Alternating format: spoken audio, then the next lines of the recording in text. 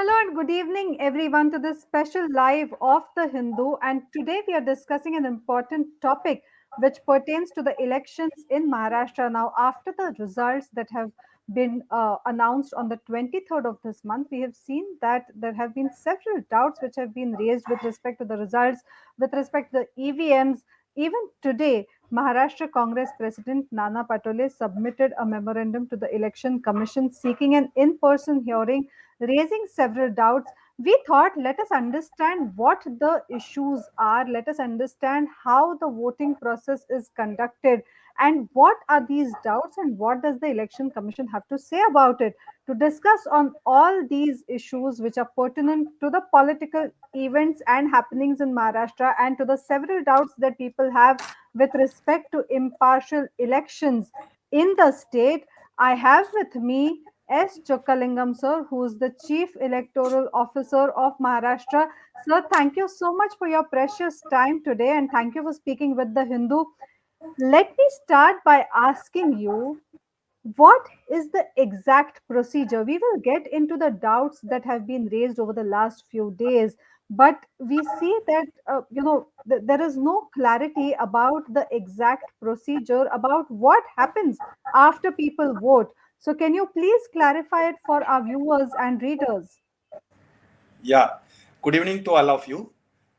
Getting into the procedures on the day of poll from 6 to 7 a.m., a mock poll is conducted in front of the polling agents appointed by the candidates so that they themselves can check whether by pressing a particular button assigned to a candidate, whether the vote is going to the particular person in the results, and the VVPAT machine, which is nothing but voter verifiable paper ID trail, is giving the printout related to that. This is done in front of the agents, and after this is over, that result is seen by the people whether it is given properly, and the paper chits also counted and shown to everyone that what is sealed and shown to them is giving results properly. This is a mock poll just to ensure that whatever is in the system is perfectly functional. Next starts the polling. The polling starts from 7 a.m. and it goes on till, for Maharashtra, till 6 p.m. During this time, every 2 hours, from 7 to 9, 11, 1, 3, 5, and after that close up poll, every 2 hours, the percentage of people who have voted from a particular polling station has been taken from the every polling station in 1 lakh polling station in Maharashtra. The presiding officer conveys to sector officer. Sector officer, who is in charge of around 10 polling stations, approximately, conveys it to returning officer. A returning officer for an assembly constituency, Maharashtra has 288 assembly constituencies, handles one assembly constituency, who handles between 300 to 500 polling stations or booths, which as commonly called. So he has to collect at 9, 11, etc. and collate within 30 minutes and enter it into the ECI's website. That is how you come to know in the app as well as online. So this happens at an interval of every 2 hours and it is updated within the next 30 minutes. After 5 p.m., in some states it is closes at 5 p.m. like Jharkhand it closes at 5 p.m. But in Maharashtra it continues up to 6 given the size of our number of people per polling station. Here the data after 5 p.m. the polling continues up to 6 and whoever is standing in the queue at 6 p.m. is entitled to vote whatever is the time needed to complete that. For that, the last person in the queue is given the chit first so that no more person joins and it is allocated like that. So people vote even after 6 p.m. This number after close up poll gets updated by midnight because now the people will start traveling back. They will come and give the paper, give the EVM, etc. So by the midnight, the information related to the percentages is updated, what is called close-up poll. Technically, it's called close-up poll. This is day of poll. When they arrive, we keep all the EVMs inside the strong room, Strong and room. next strong room that is kept in the strong room in front of the candidates or their agents, sealed in front of the observers and videographed, and it is under CCTV coverage. It's fully secured. Then on the this happens late night, even early morning, sometime next day morning. Next day, what is called scrutiny takes place. All the papers, main papers given by the presiding officer who is in charge of a polling station is taken up in front of the candidates or their agents again and verified for any possible errors, whether something has happened. The candidates have a right to raise any question at that point of time. No, in this polling station, I want this paper to be checked by you. And if there is a need, there is a provision to go for a repoll if something is seriously wrong. That is decided on the next day. It is taken up around 11 or 12 as per the convenience of everyone. And once this is done, the next day, afternoon onwards, actual numbers are entered into the system to come out with the percentage. So polling station 1, 2, 3, 4, every station-wise data is entered instead of the data related to the AC overall percentage. Now polling station-wise data is entered. So P plus 1, the next day evening midnight, the final, what we called as end of poll percentage is declared. This is the overall process related to the voting percentages. I can explain the process related to EVM separately, but this is related to voting percentages. So now let us get into this very process that you have talked about. Let us get into it bit by pieces. You said the mock poll takes place, the candidate or their polling agents are present at that time. Thereafter, once every 2 hours, the polling percentage is sent out. One of the biggest doubts that is being raised is why not get into absolute numbers? Why are you talking only percentages? And why not numbers? Does that not distort the total number that people get to know about? Every 2 hours, we have to collect data from the presiding officer to the sector officer to the returning officer and update. Within a short span of time, while our primary duty is to conduct the election, this data is collected as a percentage only because this is only information. This is not legally binding document. What is legally binding? This polling, please do understand, the polling is happening in front of the candidates, agents, called polling agents. And at the end of the day, when the polling closes, a form called 17C is handed over. And that form contains all the details in detail numbers.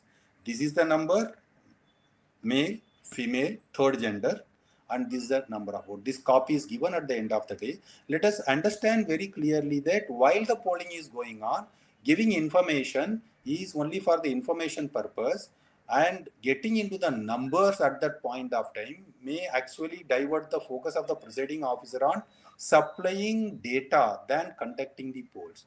So as per the standard procedure, since elections were introduced, the numbers are always given at the end of the day to the polling agents there, and the data is entered only the next day into the system. Please do understand, these people have gone the previous night. They started working from 5 a.m. They don't have a break in between for anything, maybe except going for natural things. Otherwise, they don't have any official break, and they deliver it in the night. So actually, if you want the correct data to be entered, it can be done the next day only. And this is nothing new. This is happening for the since the time elections were introduced. So let us talk about this very important document. This is Form 17C that you spoke about right now. Because, Yeah. after the polls, after the results, we are seeing that doubts are being raised with respect to the rise in the number of voters from 5:30 p.m. onwards. Suddenly, political parties are saying sudden surge has been seen after 5:30 p.m. Till the data till 5 p.m. that the election commission had given is way different from the data. So, how did the voting percentage increase so much within just 1 hour or within just half an hour?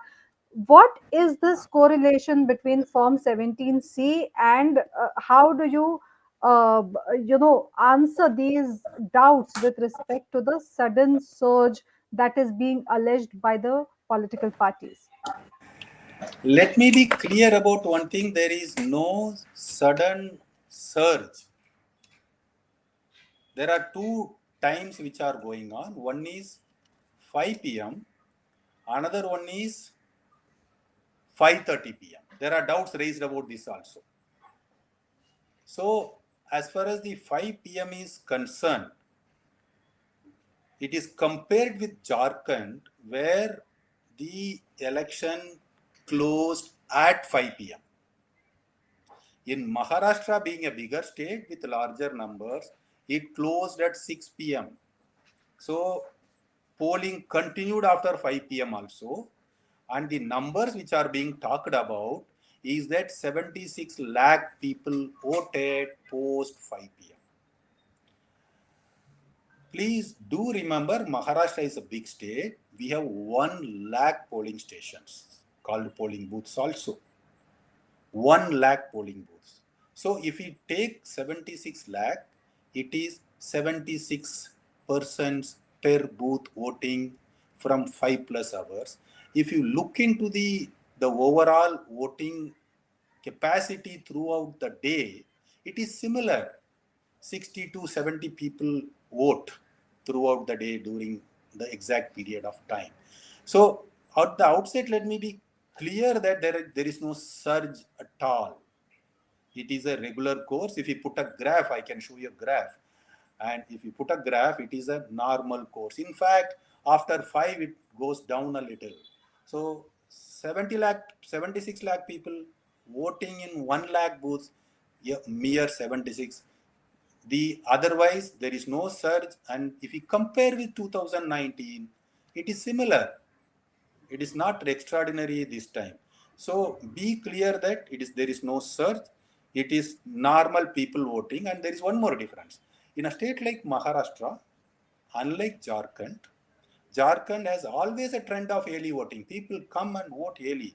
If you do 7 to 9, you can check for yourself, 7 to 9 voting percentage of Jharkhand, it will be higher compared to the day. But if we start from Maharashtra, it will be lower, and then it goes up due to higher urbanization, people wanting to vote maybe in the evening, but it is always there. So there is no surge. The numbers are as per the historical trends, as per the day's trends. So 76% voting in 1 hour, 1.5 hour is not a surge. And so you're saying it's not a surge. What about this whole confusion with respect to Form 17C? Can you please talk to us and tell our viewers what this form is and whether after this form is given to the candidate or to the polling agent of the candidate, they can raise their doubts with respect to the processes? What is the time frame about it? Yeah. The purpose of 17C is the full transparency. What it contains the polling station name, total number of electors in that. We call them electors. Till they vote, they are electors. And when they vote, they become voters. So what is the total number of people for allocate to that polling station? How many people voted, male, female, all these details are given. This is given to the polling agents. What is the purpose? When the counting takes place, the same sheet can be brought by the counting agent of the same candidate, and they can verify whether this is the number which is matching with the results being shown in the EVM. So this is a counter check, and people can very well say that this EVM at the polling station, you told that there are 631 votes polled. Now is 632. It will not be 632. I am only saying that it is so transparent that you can verify, and counting agent signature is taken after the counting is over. At the time of at that time, people verify 17C and the votes displaced at the EVM. So this is legal. Now, whatever we discussed earlier is information. We are trying to give information so that people know the trends. 17C is a legal document. If there is a difference between 17C and votes counted, it can be legally challenged. Has that happened in Maharashtra till now? Because the candidates have claimed, the parties have claimed that there is data discrepancy. So, has that legal document, has that Form 17C information been challenged? Have you received any representations from political parties saying there's problem with this data? No, not even one single objection of discrepancy between 17C and votes polled. That is very clear. What is being discussed about is information which is collected orally on the day of poll, telephonically. Orally means that for presiding officer to sector officer to returning officer, and updated. All the discussion is happening here, but between 17C and votes counted, it is perfectly matching. Taking into account, there are some votes called tendered votes. Taking into account, there are people who are voting through election duty certificate. People who are on election duty, they can vote provided they have election duty certificate. Within this legal ambit, there are no discrepancies, no one challenged it. And be clear about one thing, if there is anything, this becomes an election petition. The person can file an election petition in the Honorable High Court, and High Courts gets into each and every detail to verify whether everything is perfect or not. Then, sir, considering that in the last few days, several doubts have been raised with respect to all these issues that you are addressing right now, with respect to discrepancy in data, with respect to, allegations that there is a sudden surge. You said there was absolutely no surge. This was normal voting percentage that was, your normal voting that happened even in that hour.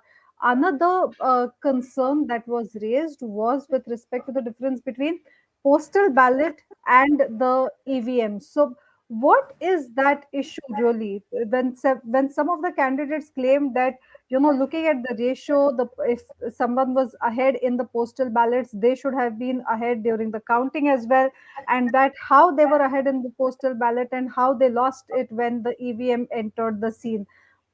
What happened exactly? There are two things to postal ballots. Interestingly, there are some reports that after the close up poll, there is, and between counting and the poll, there are 5 lakh increase in the number of votes. That report has not taken into account the postal ballots, which are exactly 5 lakh plus. So it is not some addition suddenly happened after the poll is over. It is the postal ballots which are 5 lakh. Let me explain the concept of postal ballots. Whoever is not able to vote on the polling day for valid reasons provided by the Representation of People Act and the ECA guidelines can vote through postal ballots. Who are they? First, the defense personnel who are guarding the borders of our country. They are there, they cannot come here and vote. They are called service voters, and they are given this chance to vote through postal ballots. The second category, and the election commission made in the past two elections very detailed arrangement for that. It's a special arrangement. So far it was not there. People who are 85 plus, senior citizens with 85 plus, and divyang, people with disabilities, and for them, provided they have more than 40% disability, they can opt for voting from home. This is the second category. Then there is a third category called essential services. The fire service, the people who are running the hospitals. Now they cannot run to vote while they have to take care of these things. So these are the essential services. These are the three categories where using what is called form number 12D, they can apply, and one sanction they can vote from home or a facilitation center. There is a new category, not new category, new arrangements for these polling officers and polling personnel who are on duty. We should remember that during parliament election, these people can vote through election duty certificate. They can vote through election duty certificate because they are posted within the parliamentary constituency. They are only changed from one assembly to another assembly constituency in the interest of fairness. That was the purpose. But however, for assembly constituency, they have to be issued postal ballot papers because they will be working outside the assembly constituency. Please remember, election duty certificate permits you to vote in the same polling station where you are working. But in parliament, when you are working within the parliament constituency area, the same candidates are there. But if you are working in assembly constituency, the candidates will be different, so you cannot use that. So they have to vote through postal ballots. Earlier, application was given and they have to apply through postal ballot, send by post, returning officer will send by post, you give the ballot and send by post. These are the three arrangements. What has happened now is that election commission, to ensure that these people have the franchise, exercise their franchise properly, they made arrangement that will be delivered by hand to them and they will vote in the facilitation centers. So this number has increased. I mean, people who are on polling duty, 85 plus, all these people are voting. So it is 5 lakh votes which has increased. This is a number. This is about the postal ballot paper. This is an addition. You asked me a second question. Can you please repeat that? So, before going to that, I would like to come to a representation that has been made to you today by the Congress party, which has said that there were several issues. They have sought your time in person. One of the issues they say is that on ground reports are seen with respect to different means being adopted by the ruling regime to commit large scale electoral frauds across the assembly constituencies in Maharashtra. They say that one of these included the instances of arbitrary deletion of voters from the voters list and consequent insertion of roughly 10,000 voters per constituency across Maharashtra. Now, how can something like, you know, it, if a national party is saying this, it's a serious issue that they are raising. How is it that names of voters can be deleted from the voters list arbitrarily and thereby as many as 10,000 voters roughly can be added per constituency? Yeah. Uh, the letter you are referring to is addressed by the party to the Honorable Election Commission of India, and they have sought time. So ECI is handling that. The letter is not given to Office of CEO. However, let me explain the processes related to deletion and addition. As far as deletion is concerned, no mass deletions or suo moto deletions are permitted in an election year. There are two types of deletions. One is that the concerned person, anyone who knows about some person is not being there, not in the location, or no longer alive, somebody has to file in an information saying that this person is no longer there. In the form, he has to fill it and submit. These are always available. Election Commission also undertakes suo moto deletions, but that is But not these are permitted. individual processes. Each Individual. individual voter will have to undertake it. It cannot be an en masse process. En masse process is not taken up in an election year. What is called suo moto deletion, Election Commission goes, sends its BLO, booth level officers, home to home. Please find out whether this person is there or not and delete whoever is not there. This process is done only in a non-election year. In an election year, no deletion takes place. So motto, without going into the details. In this year, what happens? You have to fill in a form number 7. You means whoever wants to fill in, a family member can fill in, or any other person can fill in form number 7, saying that this is a person, he is no longer here, or he is no longer alive. This is a certificate, death certificate, please take it. This is a proof of this being not here. And this application, let me come to the addition also here. Form number 6 for additions, form number 7 for deletion.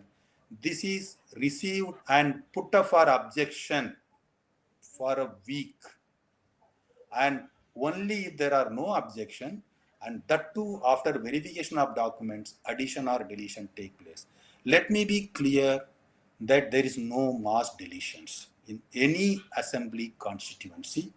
We will give the data as needed. Likewise, addition is concerned. The addition has taken place in an increased manner also due to 2 3 reasons. Previously, new persons, I mean new electors, people above 18 can be added with a cutoff date of only 1st January every year. Someone crossing 18 in 1st January 2024 can apply throughout the year.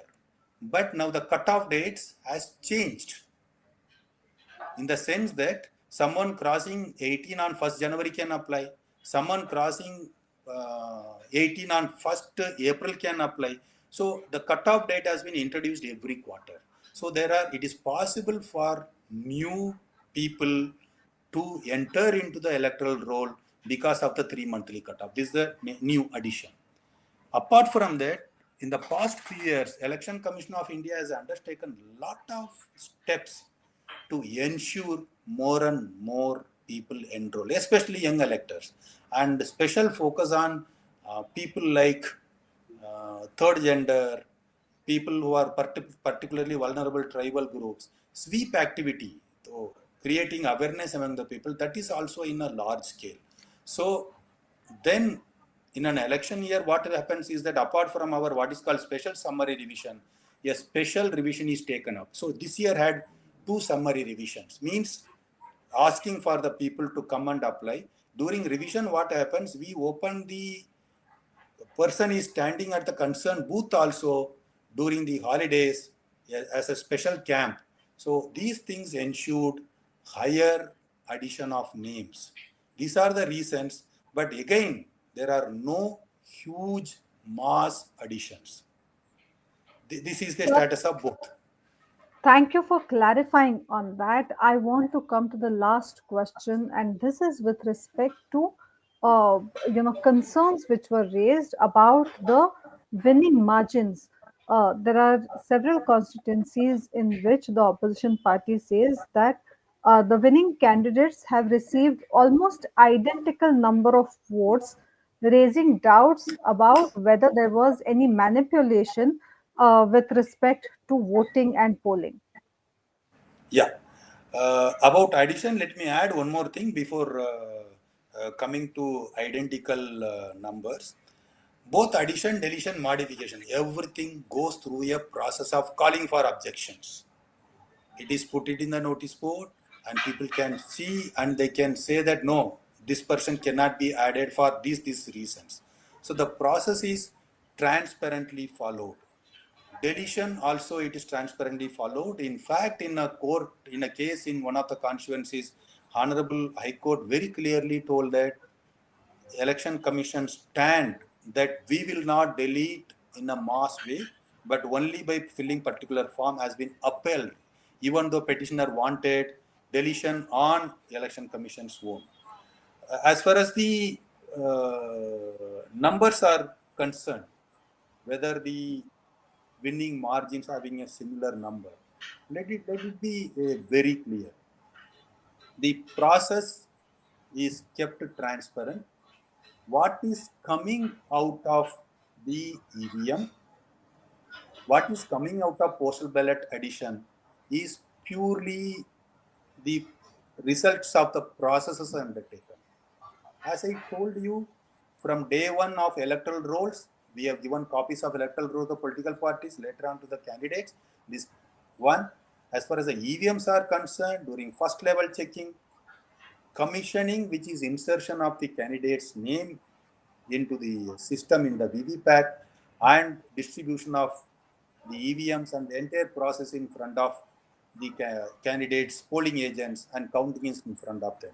The entire process is transparent. If some number is coming similar, it will be a purely a coincidence, nothing more than that. It's a statistical coincidence.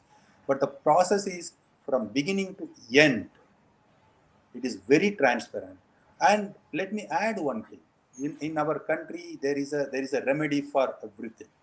If anyone has any doubt about a process being improper, we strongly say that there is nothing improper.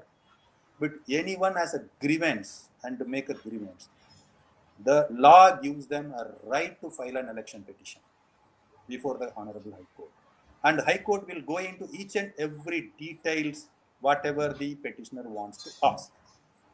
Yeah, So, please. how many such representations have you received in Maharashtra till now after the results?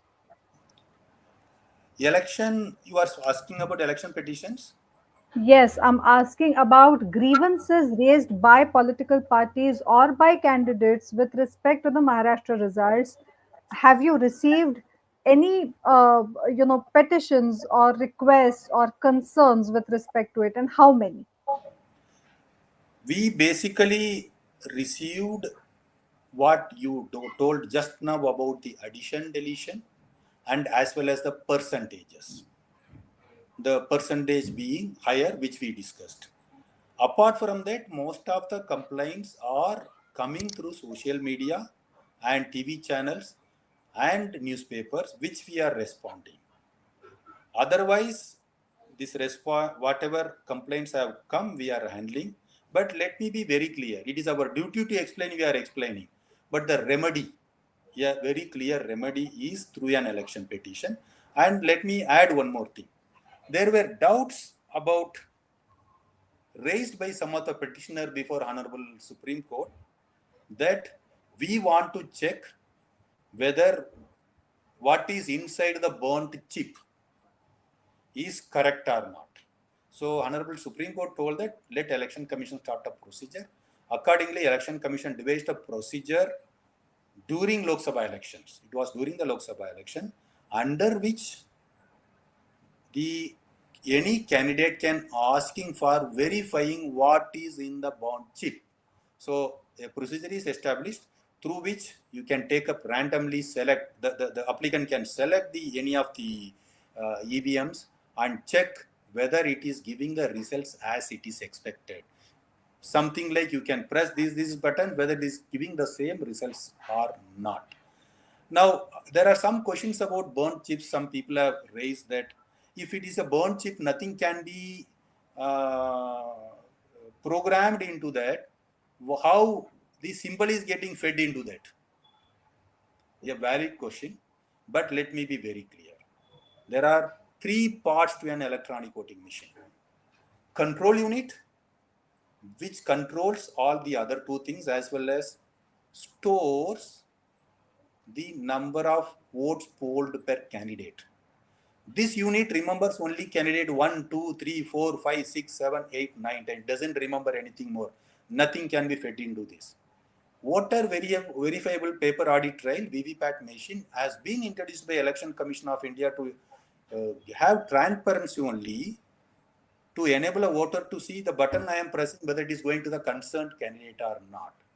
Now, what is being fed as a symbol is into the VVPAT machine. And that says that when someone presses a particular button in a ballot unit, you will print this symbol because the symbol needs to be printed. But the control unit has nothing connected with symbol. There is no loading.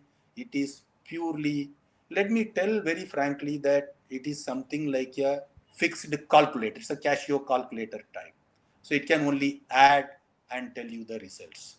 Nothing But else then, can be sir, done. can the opposition parties get access to EVMs? Because we spoke to one of the political parties' legislators, and he said we are willing to give the EVM numbers to the election commission, saying that these are the problematic EVMs.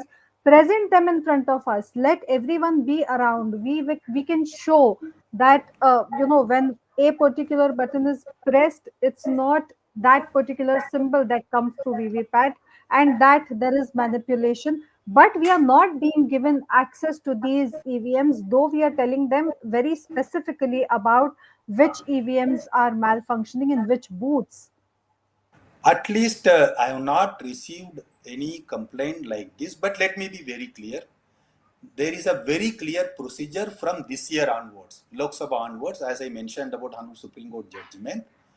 The candidate can apply. In fact, as per my information today, in many constituencies, many candidates have applied to verify, and they have a right to choose which EVM they want to verify. This right has been given as per the circulars instruction issued by Honorable Election Commission of India on 1st June, 16th July and 30th July. These are the three notifications related to that, and the right has been given, and people are free to apply and verify that this right is there, and it will be so transparent in front of them, it will be done. But let me tell you one more thing. As far as if someone is claiming that vote is going to some other person, vote is going to some other person, even on the polling day, the elector has a right to claim that it is going to wrong person. I am very sure he can apply and it can be verified, but his claim should be correct. That is the only condition. No one has applied under that provision, but that is past now. Anyone applying today, any candidate applying today has a right. By following the proper procedure, they can verify whether that EVM is properly functional or not. So, one of our viewers wants to ask you a question. They want to know about pre programmed EVMs and want to know about the process with respect to pre programmed EVMs and whether there is, how are the pre programmed EVMs sent out, like how is the programming done, and whether there is any scope of intervention after it is programmed, or even when it is being programmed, can it be programmed differently? See, EVMs are controlled, or the SOP is based on two different types. One technical, another one is administrative. Both are very important. So technically, whatever programming need to be done is done, and it is burnt into the chip. It cannot be modified later on. This is done technically by only two companies, that is Bharat Electronics and one more company. These two companies, Electronic Corporation of India, these two companies do that, and it is not done by any other person. This is technically done. The the EVM doesn't have a Wi-Fi connection. There is no Bluetooth connection. It cannot communicate with any other thing. It cannot take any orders. As I told you, But can you it can. be, apart from the two companies which can pre-program the EVMs, in that pre-programming stage, can there be any intervention, with respect to the fact that there is no Wi-Fi connectivity, it cannot be connected to anything else, only once the chip is burnt, that is the only time when programming can be done, is what you're saying. Some political leaders have said even the pagers which blasted in Beirut did not have any Wi-Fi connectivity, and still they were pre-programmed that they blasted. In a similar way, why can't the EVMs be pre-programmed in order to feed some information? Yeah, this is where the administrative SOP kicks into the place. The pre-programmed EVMs land in the hands of the election machinery, and it is always kept secure. Now the administrative SOP starts with verifying at the technical level called first level checking, whether pressing button number one, as I told you, till the candidates names are chosen, the system doesn't know candidate one is who, or A or B or C, doesn't know. So at the first level checking, it is even before the candidates are contesting, it is just checking when I press candidate button 1 50 times whether it is giving 50 results or not. When I press candidate number 2, whether it is giving results of 50 per second or not. This is called first level checking. This is done. All the political parties are invited to witness this, and it is fully transparent at that point of time also. As candidates are not yet decided to contest, we cannot call the candidate. This is for number one. Then at the time of commissioning also, commissioning takes place after the candidates have been finalized. So it has been, again, candidates, that ballot paper is put and it is sealed. Now everything is sealed properly. This is also political parties are invited, as well as the candidates or their agents are invited. Then again it is full under full security. Please keep it in mind, apart from the being transparent, recording under CCTV, calling every candidate's agent, it is under full security, not only of our police as well as with the central armed police forces. Then on the day of polling, it is transported under again security. On poll day, it is in front of polling agents. Once a polled EVM comes, again it is under three-tier security, under CCTV coverage, and candidates can sit there where the strong room is there, so that no one manipulates And them. there are doubts about how some EVMs have 99% charge, how some EVMs have lesser charge. When they are not connected, how does that change? Yeah, the the EVM actually functions on the base of the battery which is there. I mean, that is a basic thing. It's a standalone machine, so it needs battery supply for supply of electricity.